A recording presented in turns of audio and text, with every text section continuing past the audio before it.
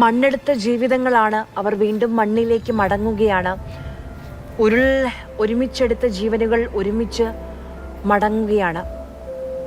അവരുടെ പ്രിയപ്പെട്ടവർ, അവരുടെ വേണ്ടപ്പെട്ടവർ, അവരുടെ ഉറ്റവരൊക്കെ എവിടെയുണ്ടെന്നറിയാതെ വേദനയിലാണ് മടക്കം. തിരിച്ചറിയാൻ കഴിയാതെ പോയ 8 പേരുടെ സംസ്കാര ചടങ്ങുകളാണ് ഇപ്പോൾ പുത്തുമലയിൽ നടക്കുന്നത്. സർവമത പ്രാർത്ഥന നടന്നു. എല്ലാ മനുഷ്യരും, കേരളം ഒന്നാകെ ഒരേ മനസ്സോടുകൂടി അവർക്കായി പ്രാർത്ഥിച്ചു. രഘുനാഥ് നാരായണൻ കൂടി നമുക്കൊപ്പം ചേരുന്നുണ്ട്. രഘു, 8 പേരാണ് ഇന്ന് മണ്ണോട് ചേരുന്നത്. കഴിഞ്ഞോ സംസ്കാര ചടങ്ങുകൾ? സംസ്കാര ചടങ്ങുകൾ നടന്നുകൊണ്ടിരിക്കുകയാണ്. ഒറ്റ രാത്രി കൊണ്ട് ഈ 8 പേർക്കും ജീവൻ മാത്രമല്ല, അവരുടെ ഒരു മേൽവിലാസം കൂടിയാണ്, മുഖം കൂടിയാണ് അവർക്കെല്ലാം നഷ്ടപ്പെട്ടത്. കാരണം ബന്ധുക്കളും പരിചയക്കാരുമൊക്കെ പലതവണ തിരിച്ചറിയാൻ ശ്രമിച്ചിട്ടും ഇവർ ആരാണെന്ന് കണ്ടെത്താൻ വേണ്ടി കഴിയാത്തത്ര രീതിയിൽ ഇവരുടെ മുഖവും അവരുടെ എല്ലാം നഷ്ടപ്പെട്ടിരുന്നു. DNA പരിശോധനയ്ക്കായി അയച്ചിട്ടുണ്ട്. അതുകൊണ്ട് മൃതദേഹങ്ങൾ, സംസ്കരിക്കുന്ന മൃതദേഹങ്ങൾക്കെല്ലാം ഒരു ഐഡന്റിഫിക്കേഷൻ മാർക്ക് കൊടുത്തിട്ടുണ്ട്. അതുകൊണ്ട് DNA പരിശോധനാ ഫലം വരുമ്പോൾ ഇവരാരൊക്കെയാണെന്ന് തിരിച്ചറിയാൻ വേണ്ടി സാധിക്കും. നമ്മൾ ഇവിടുത്തെ പഞ്ചായത്ത് മെമ്പറോടൊക്കെ സംസാരിക്കുമ്പോൾ നാളെ രാവിലെ മുതൽ അതായത് ഇനി ബാക്കിയുള്ള മൃതദേഹങ്ങൾ കൂടി സംസ്കരിക്കാൻ വേണ്ടിയാണ് തീരുമാനിച്ചിരിക്കുന്നത്.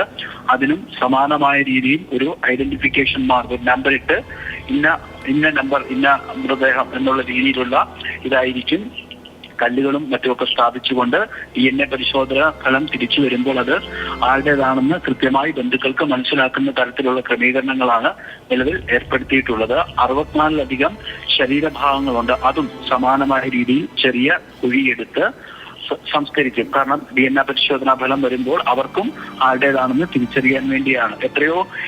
എത്ര സങ്കടകരമായ അവസ്ഥയാണ് ഇതിലൂടെയാണ് ഓരോരുത്തരും കടന്നു പോകുന്നത് എന്ന് നമുക്ക് ഊഹിക്കാവുന്നതേ ഉള്ളൂ. കാരണം ഒരു വലിയ പല ദുരന്തങ്ങൾ, പല ദുരിതങ്ങളും ഒക്കെ നമ്മൾ റിപ്പോർട്ട് ചെയ്തിട്ടുണ്ടാകും. പക്ഷേ ഇത്രയധികം തിരിച്ചറിയപ്പെടാത്ത ആളുകളുടെ മൃതദേഹങ്ങളും ഒപ്പം തന്നെ ശരീരഭാഗങ്ങളും ഒക്കെ ഒരുമിച്ച് ഒരിടത്ത് സംസ്കരിക്കുന്നത് ഒരു പക്ഷേ നമ്മുടെ ഒരു കേരളത്തിന്റെ ഒരു ദുരന്ത ചരിത്രത്തിൽ ആദ്യമായിട്ടുള്ള സംഭവമായിരിക്കും. അത്രമേൽ ദുഃഖകരമായ കാഴ്ചകളാണ്, അത്രമേൽ ദുഃഖകരമായ അവസ്ഥകളാണ് ചുറ്റുമുള്ളത്. ഈ 8 മൃതദേഹങ്ങൾ കൊണ്ടുവന്നപ്പോൾ ധാരാളം ആളുകളാണ് ഇവിടെ എത്തിയത്. കാരണം ഇനിയും 150ലധികം ആളുകളെ കണ്ടെത്താനുണ്ട്. അവരൊന്നും ജീവിതത്തിലേക്ക് തിരിച്ചു വരില്ല എന്ന് നമുക്ക് ഉറപ്പാണ്. പക്ഷേ അവരുടെ ബന്ധുക്കൾക്ക് അങ്ങനെയല്ല.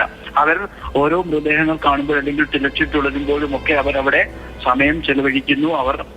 ഇവരുടെ പ്രിയപ്പെട്ടവർ തിരിച്ചു വരുമെന്നവർ പ്രതീക്ഷിക്കുന്നു. അങ്ങനെ ഒരു പ്രതീക്ഷയിലൂടെ അവർ മുന്നോട്ട് പോകുന്നത് അവരുടെ പ്രിയപ്പെട്ടവരുടെ മൃതദേഹങ്ങൾ കിട്ടിയില്ല എന്നുള്ളൊരു വിശ്വാസം കൊണ്ടുകൂടിയാണ്. എന്ന് മാത്രവുമല്ല, അവർ തിരിച്ചു വരുമെന്ന് പ്രതീക്ഷിക്കുമ്പോൾ തന്നെ മൃതദേഹത്തിന്റെ ഒരു അവശിഷ്ടങ്ങളെങ്കിലും കിട്ടിയാൽ നല്ലതായിരുന്നു എന്ന് ചിന്തിക്കുക കൂടിയുണ്ട്. അത്ര വലിയൊരു മാനസിക സംഘർഷത്തിലൂടെയാണ് അവർ തിരിച്ചു പോകുന്നത്. കാരണം നമ്മൾ ഒരാൾ മരിച്ചത് ഉറപ്പുവരുത്തണമെങ്കിൽ അവരുടെ മൃതദേഹം കാണണം, അല്ലെങ്കിൽ നമുക്ക് കൂടി ബോധ്യമാകുന്ന രീതിയിൽ അവരുടെ സംസ്കാരം നടക്കണം. പക്ഷേ ഇങ്ങനെ കാണാതാകുന്ന ദുരന്തത്തിൽ മറഞ്ഞു പോകുന്ന ആളുകളുടെയൊക്കെ ബന്ധുക്കളും വേണ്ടപ്പെട്ടവരും ഒക്കെ അവരുടെ മരണം വരെ ജീവിക്കുന്നത് എപ്പോഴെങ്കിലും ഇവർ തിരിച്ചു വരുമെന്നുള്ളൊരു പ്രതീക്ഷയിലൂടെയാണ്. അങ്ങനെ ജീവിക്കുന്നവരുടെ ഒരു മാനസികാവസ്ഥ നമുക്ക് അറിയാവുന്ന പല കേസുകളുണ്ട്. കടലിൽ കാണാതായവർ അല്ലെങ്കിൽ ചെറുപ്രായത്തിൽ കാണാതായവർ, അവരെയൊക്കെ അവരുടെ ഉറ്റവർ പ്രതീക്ഷിച്ചിരിക്കുന്നുണ്ട്. പലപ്പോഴും അവർ പറയാറുണ്ട്, അവർ ഒരു ദിവസം വൈകുന്നേരം വന്ന് അല്ലെങ്കിൽ രാത്രി വന്ന് വിളിക്കുന്നു എന്നൊക്കെയുള്ള തോന്നലുകൾ ഉണ്ടാകും. അത്രമേൽ മാനസിക ഭാരത്തോടു കൂടിയായിരിക്കും അവർ ഇനിയും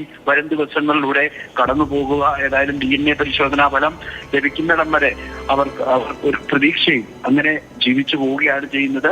8 മൃതദേഹങ്ങളും സംസ്കാര ചടങ്ങുകൾ അവസാനിക്കുകയാണ്. നാളെയും ഈ പുത്തുമലയിൽ മറ്റു മൃതദേഹങ്ങൾ, നിലവിൽ തിരിച്ചറിയാൻ കഴിയാത്ത മൃതദേഹങ്ങൾ സംസ്കരിക്കും. ഒപ്പം തന്നെ മറ്റ് പുഴയോരത്തുനിന്നും മറ്റും കിട്ടിയ അവയവങ്ങളും നാളെ സംസ്കരിക്കാൻ വേണ്ടിയാണ് നിലവിൽ തീരുമാനിച്ചിരിക്കുന്നത്.